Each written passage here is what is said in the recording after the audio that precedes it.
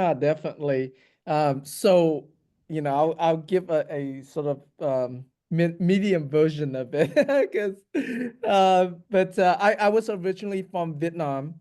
If you're old enough to know the term Vietnamese boat people, I'm one of those. What it means is that after the war ended in 1975 and the communist government took over, you can't just leave Vietnam. If you want to leave, you have to escape out of Vietnam. And so from 1975 to 1992, a lot of people escape out of Vietnam on a boat or walk.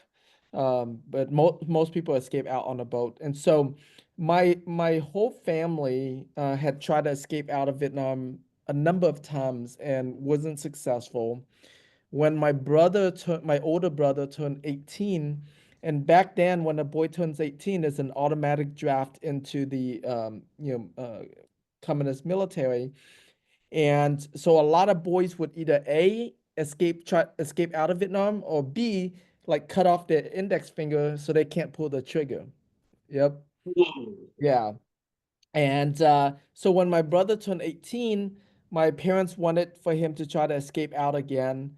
And he didn't want to go alone. So he asked if I wanted to come along. And I was 11 years old at this time. And, as a little 11-year-old kid, I didn't think we would make it out. I thought we would, be home like we always had. And so I said, sure, I'll come along. And yeah, so we got on a little fishing boat because you got to go like very stealth mode. And there were 37 of us. I was the only child on the boat. Everyone else were adults. And we floated out at sea for 7 days and 6 nights. And when I say floated, this is how bad it is. So it took us 7 days just to get to Malaysia. I think on a speedboat, you can get from Vietnam to Malaysia in a day.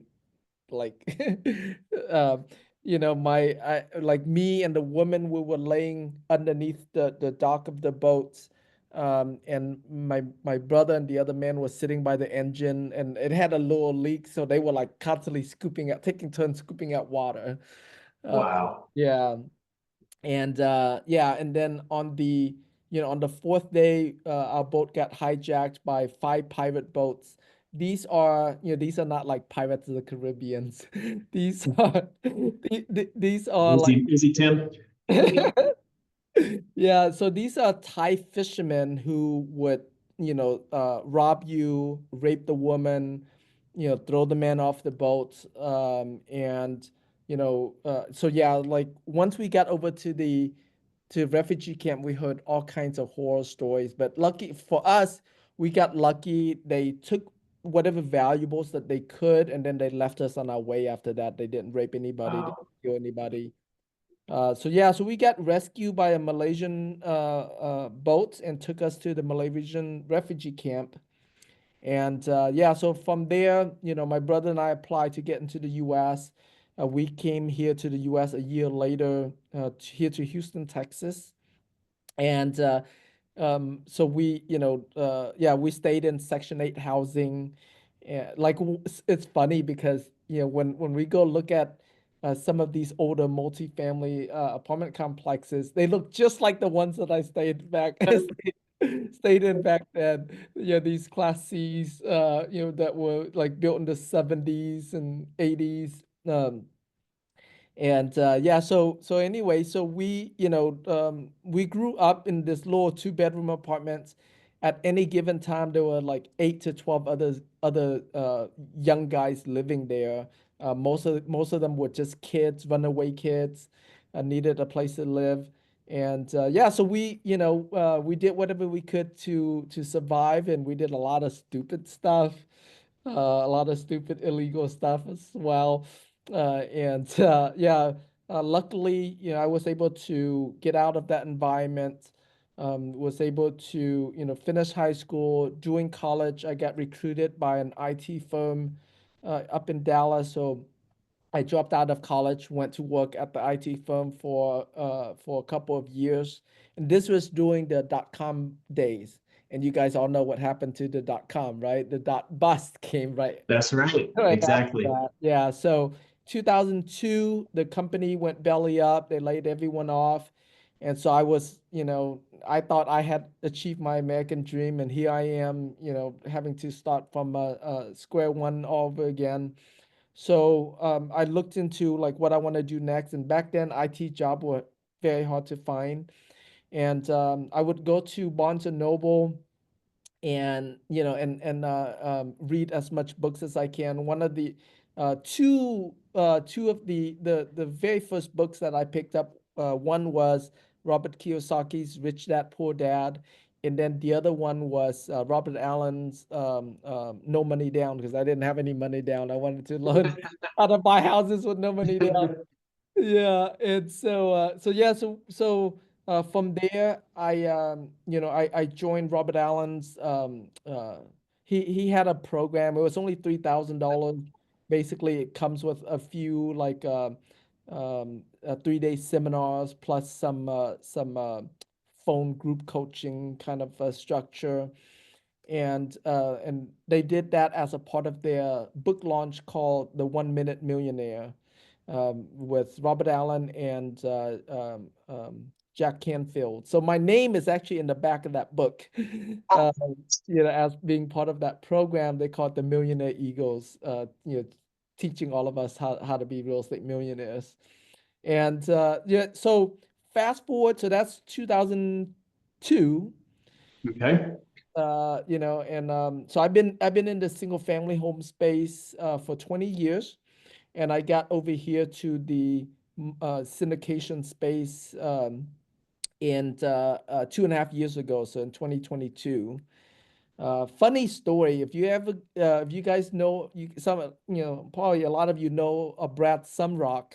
So Brad and I met at a foreclosure seminar in 2002, when we both got started in real estate.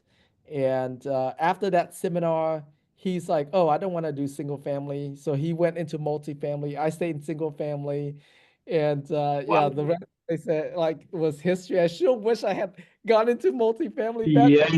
then, but I had so much. And this is something that I'm like, it's so great that you guys are on this call learning about multifamily, because even though I've been in real estate for 22 years, 20 of that years I had this limiting belief that multifamily deals and commercial real estate deals were too big for me. Too big, too complicated. I need more experience. I need more money, blah, blah, blah. All these limiting beliefs I had about what it takes to succeed in multifamily. And now that I'm in this, industry, and especially discovering the fund of funds model, I'm like, oh my gosh, this is so much easier than I thought. Um, and because with the fund of funds model, which we'll go talk more about today, I get to specialize in just one part of the business, right? And the rest of the business, I can partner with experienced, you know, um, operators with proven track record. And yeah, so since then, 2.5 years, I have been involved in now over 4,600 units. Uh, yeah, from being an Amazing. Thanks. Yeah, from being an LPs to co-GPs to fund of funds. And yeah, and it's been an amazing ride. And I've learned so much, yeah, in the last 2.5 years. Tim, I find your story really incredible. I mean, everything was stacked against you. And now to see where you are today, how far you've come, what in yourself, what do you think was the biggest challenge from a mindset perspective that you had to overcome to be where you are? Question number one. And then question number two is, what do you see? And maybe this is the same answer, but what do you see out there among other aspiring multifamily investors, that the challenge that they have between their ears, and how to help them overcome that? Yeah, for sure. And at every level, we're gonna have challenge with between our ears for sure. Like it doesn't go away. It's always gonna be there. And That's good to know. yeah. So in the beginning, in the beginning, I was just too stubborn. I'm like, I have nothing to lose, right? Like worst case scenario, I go back to nothing, which is I came here with nothing, and didn't even have our parents with us. And so for me, I've always like that's always my baseline. My baseline is I came from nothing. Worst case scenario, I go back to nothing. So what do I really have to lose? Like so so that mindset I think helped me to take on any challenges. And yeah, and then I really developed uh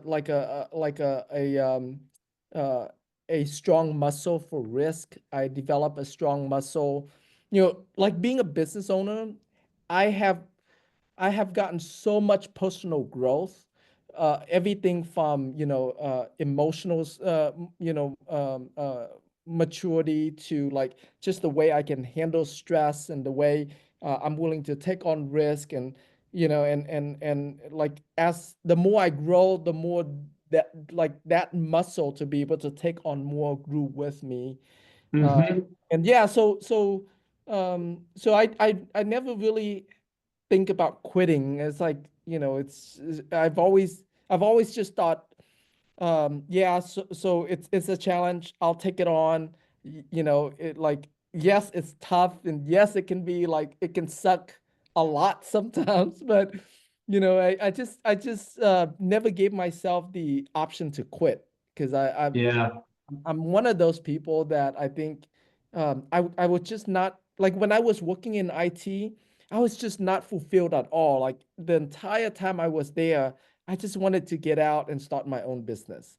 And so being laid off, I think was which was a huge blessing because it gave me the kick I needed to get out of that comfort zone and start my own business like I wanted to do. Outstanding. And then as far as what you see out there with others, Tim, what's the biggest challenge is from a mindset perspective that is most prevalent in your experience out there interacting with all kinds of investors? Yeah, for sure. And especially like my experience in the last 2.5 years just blew my mind away. I've achieved a lot in the last in my 20 years in real estate, but the last 2.5 years, my mind has been stretched like beyond what I could possibly imagine that it gets stretched. And the big thing is I realize now that no matter what I think, it's just the level of thinking that I'm at right now in my life. And what that means is, it's like if I think that I can't do this yet, I can't, or even if I think that, hey, I can't do this, it's still at that level of thinking. And one of the things that I did it by accident, but I just love that the way it all worked out. When I get into this industry, I wanted to learn from the best of the best. So I thought of this idea of started a community just like you have here and interview the top, syndicators in our industry. And so every week when I'm interviewing one of these syndicators, like my mind just stretches like, wow, if this guy can do it in such a short amount of time, or, if this gal can do it, it's like I can do it. I can. So it's like I'm constantly being reinforced. And whenever I'm interviewing one of these top people, and so yeah, so it's like, so to answer your question more directly, number one, know that wherever you are, whatever you think, it's just your limiting belief right now. And associating yourself, interviewing other people that are ahead of you is going to reinforce for you that it's just a limiting belief. Someone else has achieved more, and if they can achieve it, you can achieve it too. And so that's why in the last 2.5 years, I have accomplished more in the last 2.5 years than I did in the last 20 years. It's because of that. Like I'm like my mind is stretched so much every week when I'm interviewing someone. Outstanding. I love it. That's a key one right there. That's something that you can take to the bank with you, right? Have those, get in those rooms, rub those shoulders with those right people to have these kind of conversations. And to use the word that Tim says, reinforce, use reinforce a lot, right? To reinforce those things within you and also to help expand who you are in your mind and your thinking that actually more you're capable of doing more. That was excellent, Tim. Excellent. And Let's segue a little bit. And I want I know we're going to talk to fund of funds, but I want to go really quick because I want to understand in your thought process how the fund model came into it, and then how the fund of funds model came into it, and then we can segue into really unpacking what in the world is fund of funds. Is that Yeah, okay? yep, yeah, Okay, that's awesome. yeah. Before I came into the industry, or at the beginning when I came into the industry, I wanted to figure out like how can I succeed in this industry the quickest way possible. So I started asking around, and I found out that there are different roles that you can play in a deal, right? You can be the person who found a deal, you can be the person that put up owner's money, you can be the person that do the due diligence, you can be the person that raised money for it, you can be the person that do asset management. So, so there's different roles, and it's like, okay, I know that like out of all of those, raising money will play the best to my strength because, since I've been in real estate for 20 years now, I have lots of connections. I understand the relationships, the importance of relationships, and I used to do some hard money lending on the single family home side as well. So I understand what it's like being on that side as the investor. Um, so in analyzing all of that, I decided that capital raising is the part of the business I want to master and focus in on doing. And then I attended one of Bridger Pennington's event called Fund Launch. So I get to learn about the fund model. And I got into deals as a co-GP. So first I started as an LP just to learn it from that backside. And then I got into deals as a co-GP. Then I quickly realized like, oh, you don't make much money as a co-GP capital raiser. And because if you're only raising a few hundred thousand, sometimes even $1 million, your economics is not that great, right? Yeah, like if you look at most deals as a co-GP, and I'm simplifying this calculation, Yeah. by the time you take out, you add in like acquisition fee and any asset management fee, blah, blah, blah, you make about 10% of whatever the amount that you raise is. So, if you raise 1 million, you're going to make about $100,000 in some of it in cash and some of it in equity when the deal goes full cycle. Okay.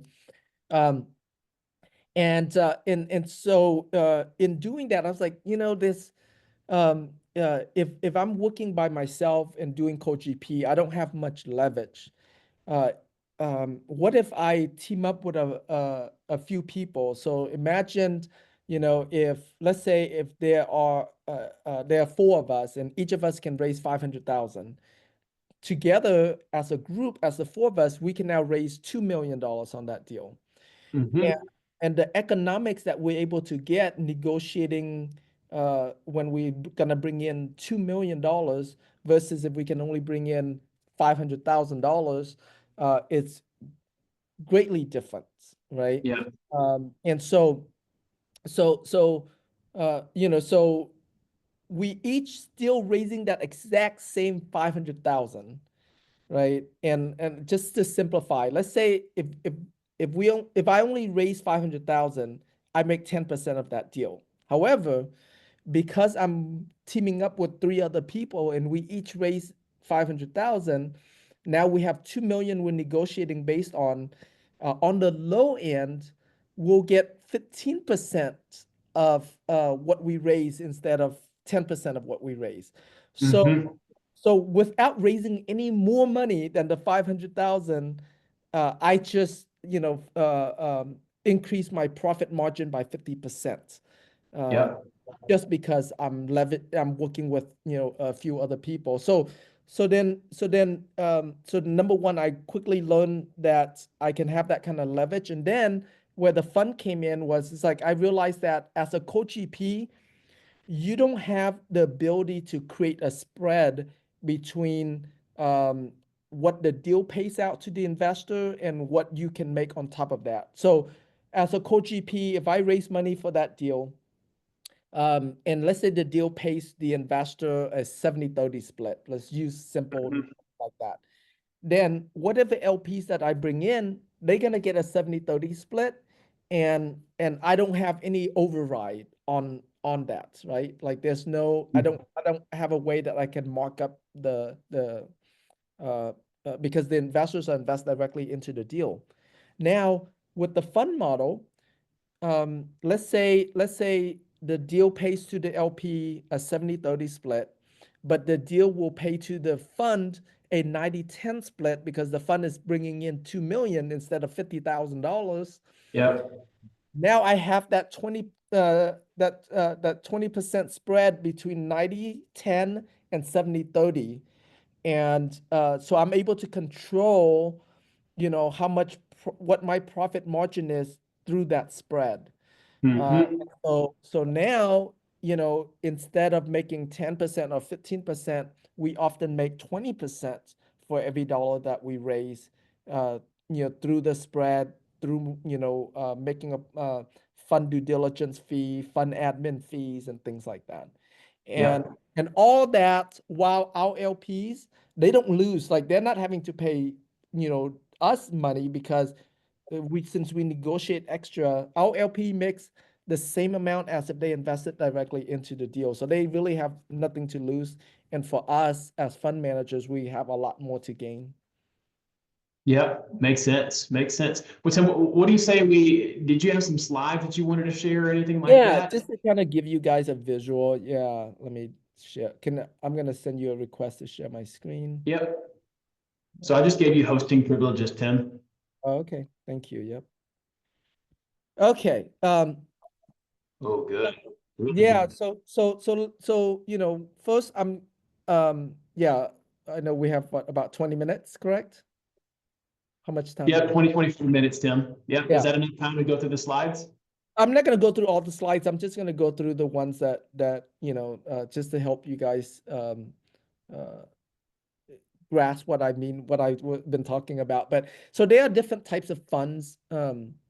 And I want to distinguish funds separately from fund of funds. Okay, so in when it comes to funds, it's just how it's like it's almost like deciding between if you're gonna raise from a 506B or 506C or Reg CF. It's just a vehicle that you choose to to raise the money. And so whenever you think about funds, the traditional blind pool fund is the most common type of fund that you might be familiar with. And then, yeah, and so the way that works is that um, all of the deals goes into one fund, and when an investor invests into that fund, their money is automatically diversified among all of the deals in that fund. Okay, they don't get to pick and choose what deal that they invest. Like their money is automatically invested in all of the funds. Um, the chat the pro for the fund manager is that they can raise money ahead of time before they go and find the deals, and the money's already there. But the con for the fund manager is that because they don't have a deal at the time when they're raising the money, it makes it much harder for the LPs to make the decision to invest. And so they have to rely more on the fund manager's track record to Yep. make the decision. And so yeah, so if you're a new fund manager, you definitely don't want to go with the traditional fund route. You want to be a lot more experienced before you go with this route. But when you are able to go this route, um, you don't have to like that rat race that you do with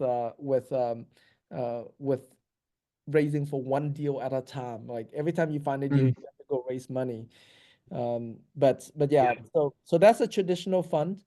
Uh, uh, SPV is a type of fund where it's very similar to a syndication. You raising money for just one deal at a time, and that fund, that PPM is only for one deal. And so you, when your passive investor invest, they're investing in just that deal. They get to see the deal before they make the money. So this is where most fund managers get started. It's just using SPVs. Um, Hmm. because it's especially if they're doing the fund of funds model, because it's very similar to a syndication, and so because of that, it makes it easier. And then the the the next type of fund, and you might have heard of this as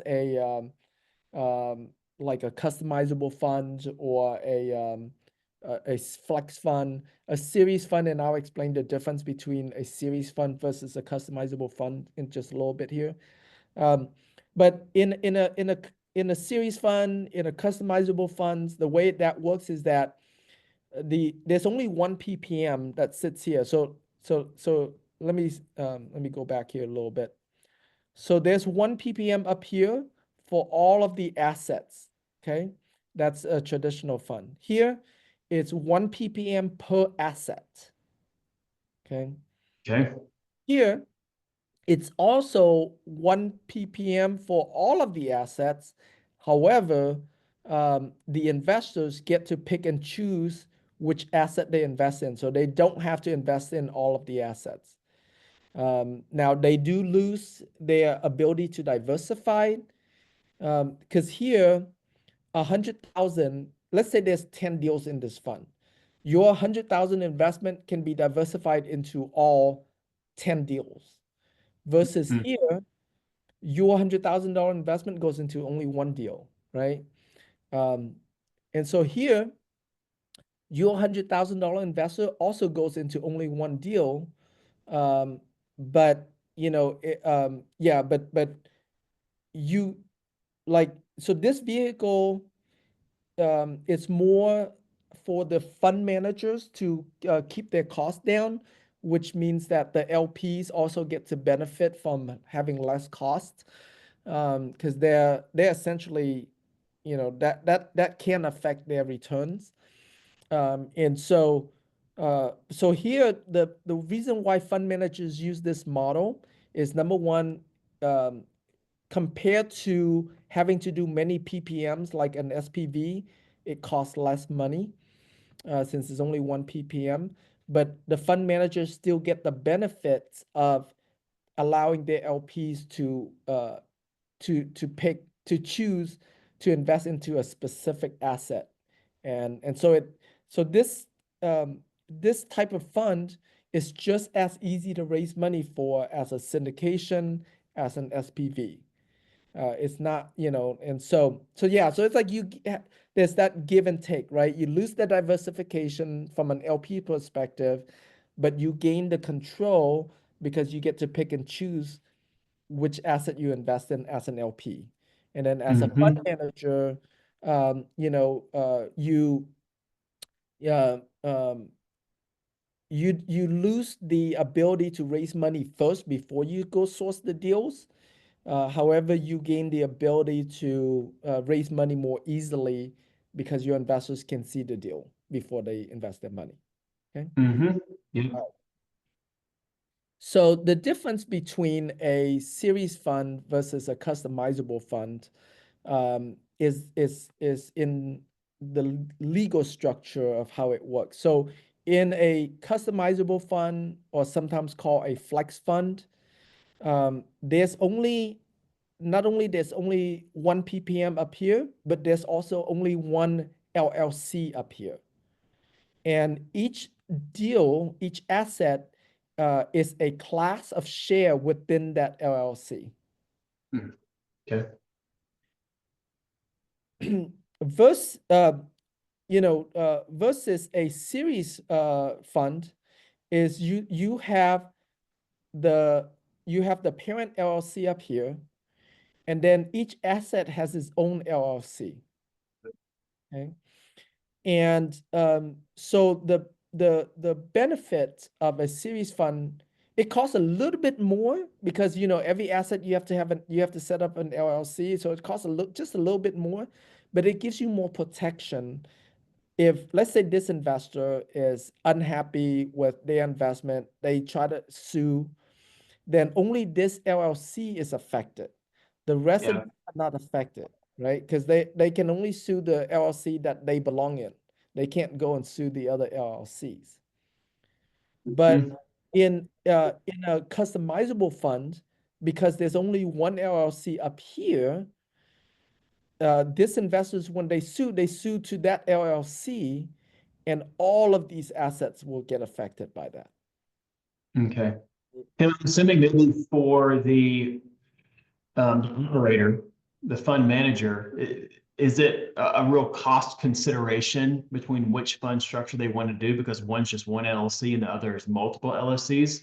But maybe the cost, I would assume in the multiple LLC structure would cost more, but yet at the same time, it's hedging the risk for the fund manager Yeah, and the other investors in the deal, I would imagine, right?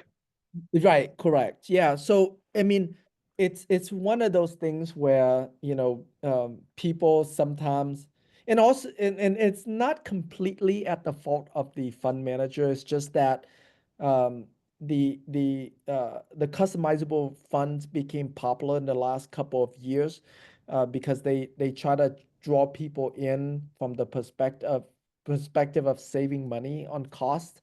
And so it trains people mindset of, hey, I want to save money, but it's really not the best structure.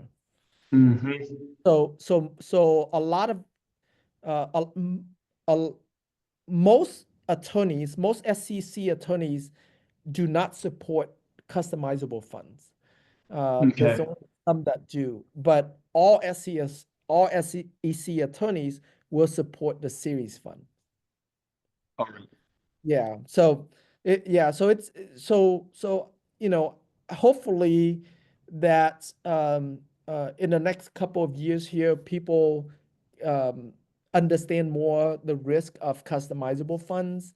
Um, that more and more will switch over to this series fund model. Makes Um, sense. yeah.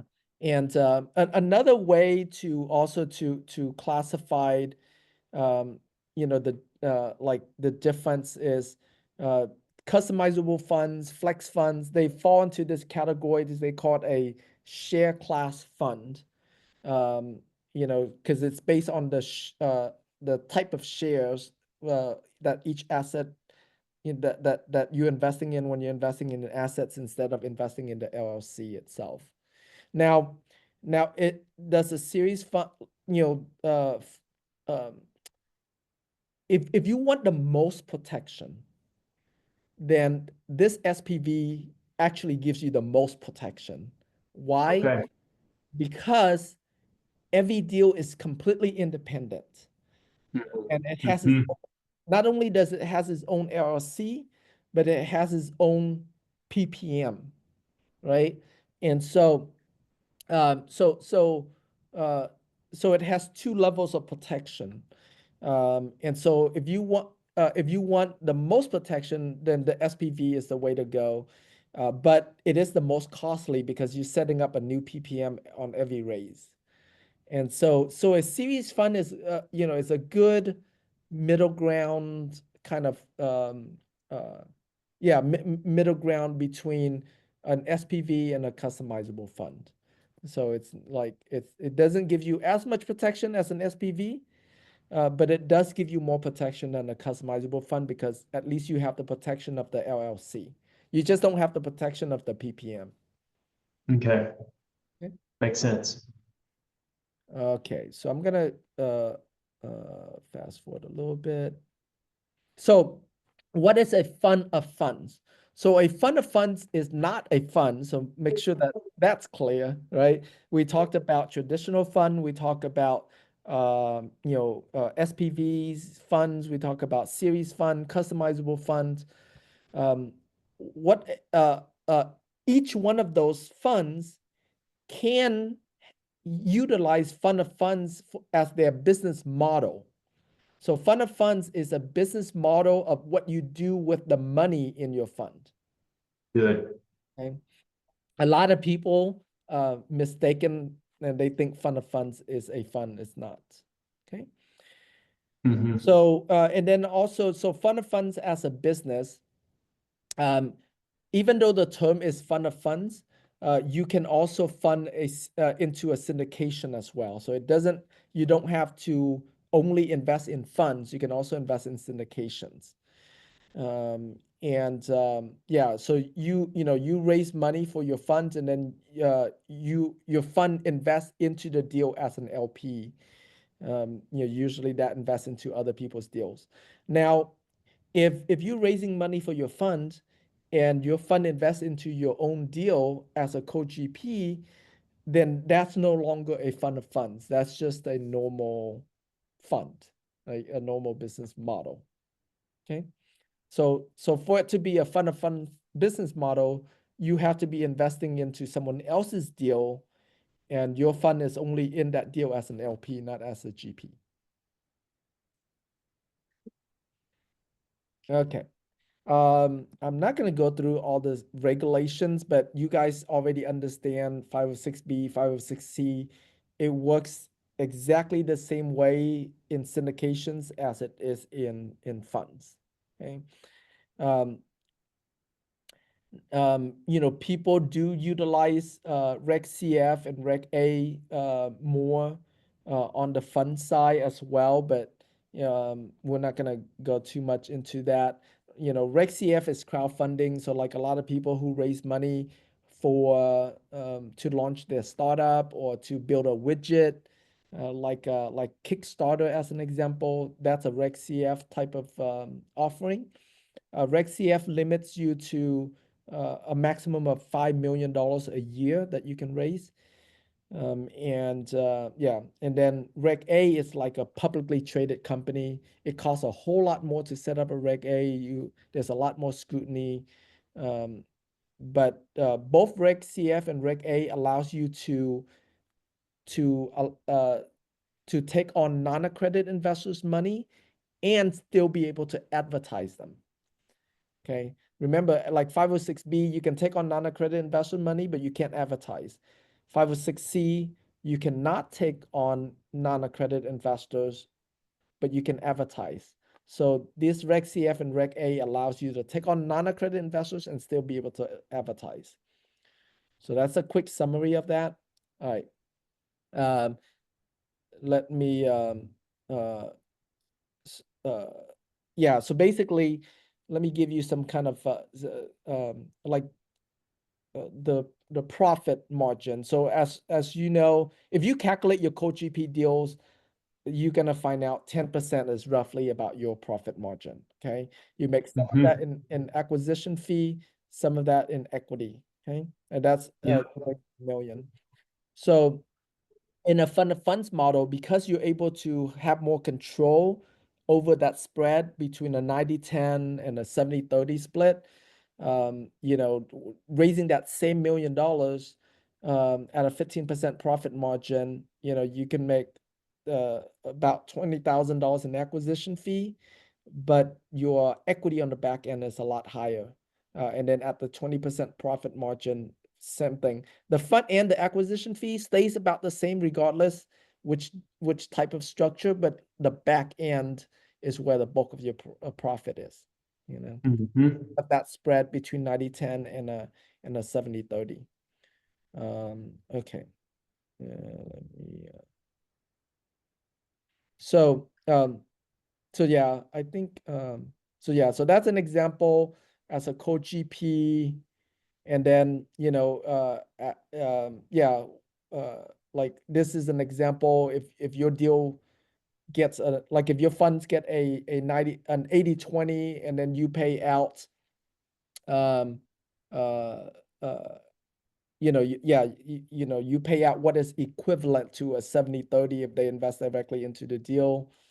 That yeah, I'm watching time here. So, but yeah, so the You're point good, Tim. is, I know uh, these numbers can get confusing, but I think if you just stick with, hey, the deal pays LP 70-30, and they can pay my fund either 80/20 if I'm only bringing in 1 million.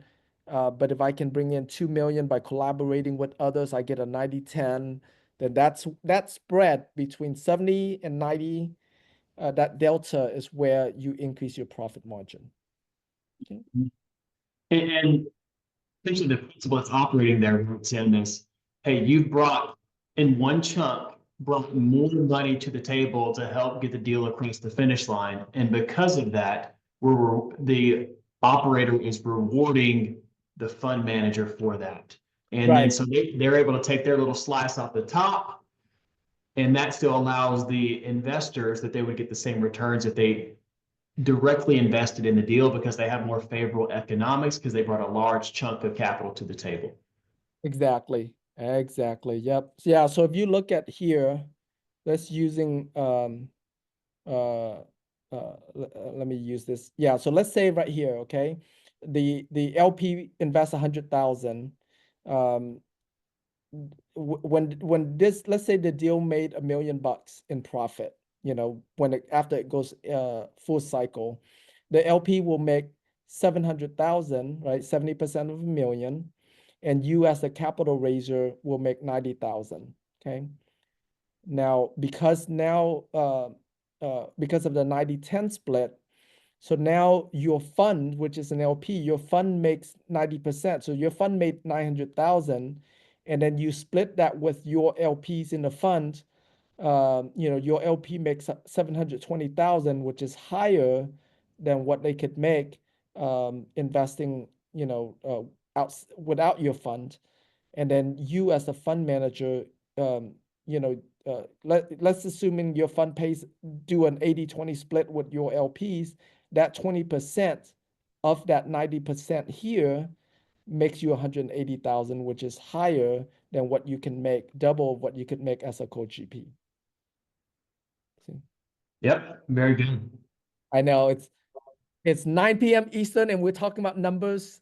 I might have lost some of you, but hopefully you can catch the replay and numbers. Yeah.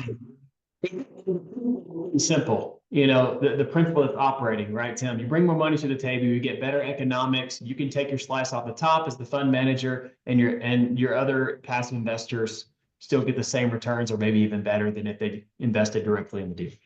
Yep, exactly. Yep. That's part of the power. Tim, I have a question. In implementing like the SPV model, what kind of investors can we raise money from? I mean, is it only non-accredited, or is it only accredited investors? Can it be non-accredited and accredited? Does it depend on where the deal is and specific state regulations? What are the kind of these things we have to think about? Yeah, so remember, funds is similar to your syndications in the legal document, but which regulation you decide to choose is what determines whether or not, because like a fund will still have to pick, is it going to be a 506B? Is it going to be a 506C? Is it going to be a Reg CF? Is it going to be a Reg A? Just like in a syndication, you have to choose which of those regulations you're going to use. And so the same law applies. Okay. And what about, let's say, you're the main operator. Let's say you have your operator fund, and I'm coming in with my fund to invest in your fund. Yeah. What if you have a 506B set up? Mhm. What are the implications on the setup that I need to have for my fund? Yeah. So this varies depending on the operator that you're partnering with. There are operators that says, "Hey, I have a 506B, and you must have a 506C because I'm already maxed out of. I'm gonna tap out of the 35 non-accredited investors into my deal. So for your investors to come in, everyone has to be accredited. I mean, yeah, it has to be accredited only. It doesn't have to be 506C necessarily, but everyone has to be accredited. I don't have any non-accredited allocation available for you. Okay. Now there are also operators that's like, hey, I have some non-accredited allocation. I have 5. So as long as you bring in no more than 5 non-accredited investors, then we'll be fine. Um, and so it depends on the operator that you're raising for, and they'll let you know that ahead of time if they are willing to take you on as 506B or as 506C. They can take on X number of non-accredited investors or not. Yeah. Okay, that's good. And I think that's also just emphasizes developing that relationship, right, with those operators and how they like to roll, how they like to set things up, which should give guidance to like the fund of funds managers as far as how they want to approach their investor base and what the deal might look like as far as how much capital they can raise. Right. Yep. Very good. Very good. I could keep firing away here questions, but let's go ahead and roll the Q&A. I see iPad. Tim has their hand up.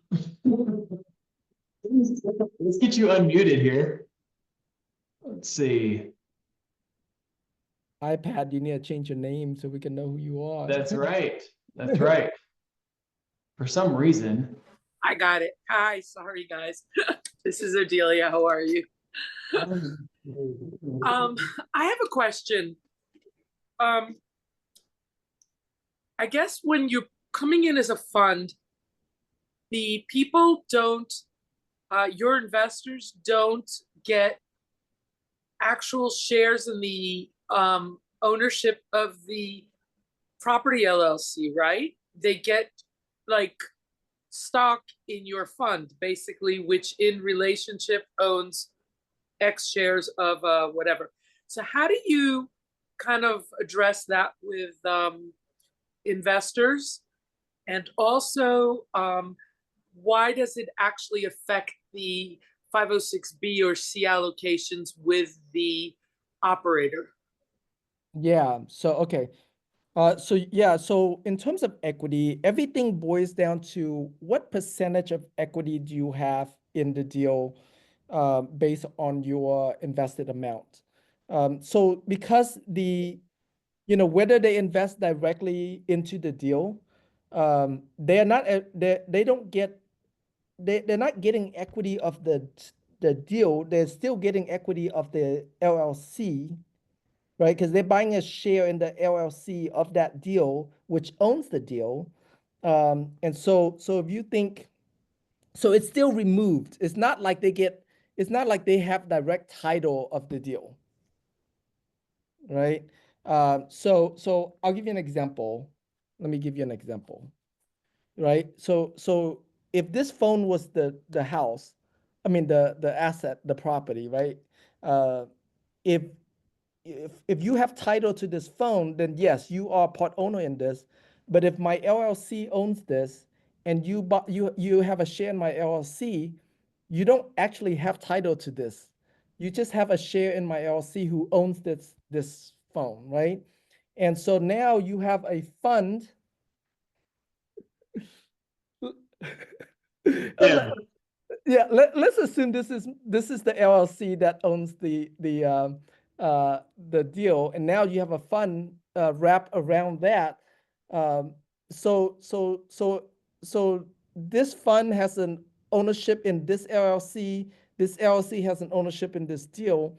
Um, so ultimately, it's still backed by this deal. It's just the different percentages of the deal that you own is different. But investors don't really ask, like, because that gets more complicated. They just know that, hey, it's backed by this deal. So your LLC interest is backed by this deal. And So basically, your investors are investing in you. They're thinking you're an operator on the deals. no. They know that we are fund managers. We partner with the operator. So we don't tell them, hey, we're an operator, that we're on the GP team. No, they understand that we're the fund managers. And why would an LP invest through a fund manager versus directly into the operator, right? That might be where you're leading to. The benefits of investing through a fund manager like us is that we source from a lot of different operators. We underwrite a lot of deals. So by the time that we bring a deal to our investors, like we have gone through a pretty lengthy due diligence process that a normal LP would most likely not have the knowledge or the the connections, the ability to to know that they invest into something a lot safer than if they invest directly into the deal itself. So I'll give you an example. One of my investors, he's a dentist, super busy guy. He's like, Tim, I know nothing about these investments. And so, I trust you, and I trust that you're gonna, source the right deals for me to invest in. So I much rather invest through you than directly into the deal because I don't know how to vet the operator. I don't know how to vet the deals. And so that's the value that we as fund manager bring to our investors is, like we're in the trenches. We know in a lot of cases like which operator is doing well, which one is not. We know how to underwrite deals much better than what our LPs can. And so they rely on us and our expertise to, allocate their money, invest their money into the best deals that we can possibly find. And I tell my LPs too, the good thing about me not being an operator is that I'm not biased to any operator and I'm not biased to any deal. I pick the best operators and I cherry pick the best deals within those operators. Um, and so yeah, so that's the way I explain it to my LPs. And then your second question about why does a 506B matters to the operator is because in a 506B you can only have up to 35 non-accredited investors. And so if an operator is going to be utilizing up all of that 35 non-accredited investors, then they can't allow you to bring any of your non-accredited investors into that deal. Because it's for that limitation, that limitation of 35 non-accredited investors applies to that entire deal and not just to their syndication or your fund. Oh, because I thought that your fund went in as one entity is why I didn't Yeah. think that it counted. Yes, but for the purpose of the non-accredited investor rule, it counts. The only time when it won't count is if your fund uh, is bringing in at least like your fund has at least 5 million. Because once you have your fund has at least 5 million, your fund automatically classify as a accredited investor. Then that would work. But if your fund is less than 5 million, then that 35 non-accredited investor rule gets passed through to your fund and also applied to your fund. Awesome. Thank you. Mhm. That's Welcome. really good. Really good. Tim, one thing that I ran into was it's really important zooming out here to communicate the advantages of investing in, let's say, my fund versus directly in the deal. And one of the things that I came across was like the main fund manager was like, hey, we're not taking any checks less than $250,000. They just won't even entertain it. So if my investors were bringing anything less than that, they weren't even going to have access to the deal. So that was also a part of the message was, hey, I'm giving you access to this deal because the main person won't even take your money if it's less than 250 G's. Yeah. Yep. That also happens. Yep. And yeah, as a fund manager, like we get to decide if we want to take on $10,000, we could do that. Right. Question here in the chat, but Malcolm, I wonder if you just want to mute yourself here and go ahead and just say hello to Mr. Tim Mai and ask your question directly.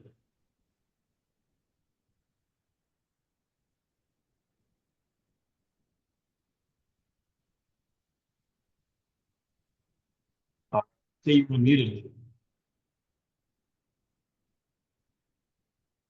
Maybe he's having audio trouble, Tim. Yeah. There you go. Oh, here we go.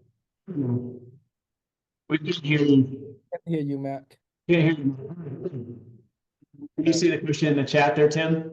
Yeah, I'll go ahead and answer it. Yeah, so you network with communities like this, right?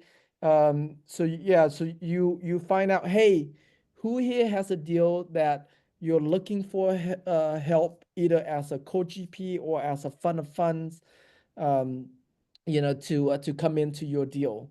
There's no shortage of operators. I mean, probably not a single day that goes by that I don't have an operator knocking on my door for their deal. Uh, and so operators are a dime a dozen. It's very easy. What's important is that you have to be very careful with which operator that you partner with. So you find fund managers like myself who has more experience that you can tag along, and you co-raise with them. That you're able to leverage just like how we partner up with the best-in-class operators, so we can leverage their experience, we leverage their team, and so by you partnering up with other fund managers who are more experienced than you get to leverage that as well. Um, so yeah, that's the best way to get started is just look for fund managers who have been raising money, have experience, and partner with them. Sometimes like it could be that, let's say for example, you have your own fund, and your fund, my fund can come together, or it could be that we'll create a new fund, and then a few of us come in together into that new fund. There's different ways we can structure it depending on how much each person is bringing to the deal. Yeah. Excellent. Thank you, Mac, for your question. We wish we could hear you when we see you. Thanks for coming tonight. I have questions to wrap us up here, but does anybody else want to toss a question in Tim's way before we wrap up? Going once, going twice. Can iPad ask again? Yes, fire away. Hi. So I'm an operator. How would I find you guys to team up? Yeah, great question. So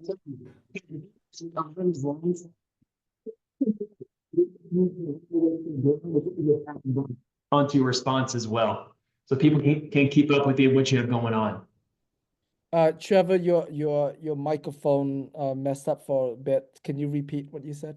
Yeah, mic check. Mic check. Is that better? Yep. Okay. I was just going to say along the lines of that question, if you could just add, this is one of the ones I was going to ask. How can people keep up with what you're doing, Tim? Plug in with what's going on. Just follow your journey. Yeah. Yeah, definitely. So definitely, I have lots of fund managers within my community. And so if you're an operator, you want to tap into the fund managers within my community, you can join my community. I'm actually hosting an in-person event in April 2025 in Dallas called Fun of Funds Live. So it's an event all about Fun of Funds. So there's lots of Fun of Funds there. There's lots of operators there looking to partner up as well. So what once you join my community, you get access. You'll be able to uh, um, know more about all of that. The easiest way to get into our community is I have a weekly show, kind of like what Trevor has here on every Tuesday. It's called the Capital Raising Party. So if you go to capitalraisingparty.com, and you'll be able to to get on our show and meet other other fund managers. Yep. Very good. Yep. I put in the chat there for you. Capitalraisingparty.com. Thanks. It's hard to get a better URL than that one, Tim. I gotta say, it's good, really good. Okay, two rapid fire questions on the real practical side of things. Number one, somebody's going to launch a fund, then how much money do they need? And then how can they link up with the proper legal team, SEC attorneys? What would be the best way for them to go about that? Yeah. So there's different ways to answer that. It really depends on if this is your first time ever raising money, then I recommend doing an SPV because it's the easiest one to do. And yeah, depending on the SEC attorney you're going with, it'll cost you uh, roughly around 65 to $8,500 just on the fund doc side. And then if you use a company like TriVest, their fund administration is fairly inexpensive. And yeah, so if you're spanking brand new, it's your first raise, SPV is a good vehicle to start with. Now, if you know that, hey, I, I've done Coach GP before, and I'm willing to invest a little bit more money um, because I'm going to be doing a lot more of these raises. Then going with the series fund is it's a great way to do that because it overall it keeps your cost down. And Nate Dotson is who I work close. Nate Dotson and Mauricio Raul are the two SEC attorneys that I work closely with and refer clients to. And they both, yeah, they both understand the series funds very well. Outstanding. Great. Thank you, Tim, so much. Can I take a quick picture of us here so I Yeah. can throw it up online? Capture the moment. All right, outstanding. All right, 1, 2, 3. Tim, thank you so much. Is there any way you can show you love and appreciation for spending your evening with us? Say that again. We can share Oh. our love and appreciation for you spending your evening with us. Yeah, definitely. I'm super blessed to be here. I really appreciate the opportunity. And yeah, it's just come join our capital raising party. We have one tomorrow. And then the operator that I'm interviewing tomorrow is very experienced, so you get to learn a lot about how to raise capital. And then next week, I'm actually going to be doing a panel of fund managers. So all the fun stuff we have today, there'll be 4 of us. So you get to learn not just from me, but you get to learn from other fund managers that are doing fund of funds as well. So yeah, just join our capital raising party. Awesome. Tim, thank you so much. Really appreciate you being here tonight and sharing this valuable, powerful information, especially for people that really just still need to get started and pick up that momentum. To me, this resource right here is a huge tool to really help somebody get rolling in the space. Extremely powerful. Yep. You're very, very powerful for sure. Yeah. Trevor, again, thank you so much for having me on. Thanks everyone for tuning in today. All right. Thank you, sir. Merry Christmas. Happy New Year. We'll see you in 2025.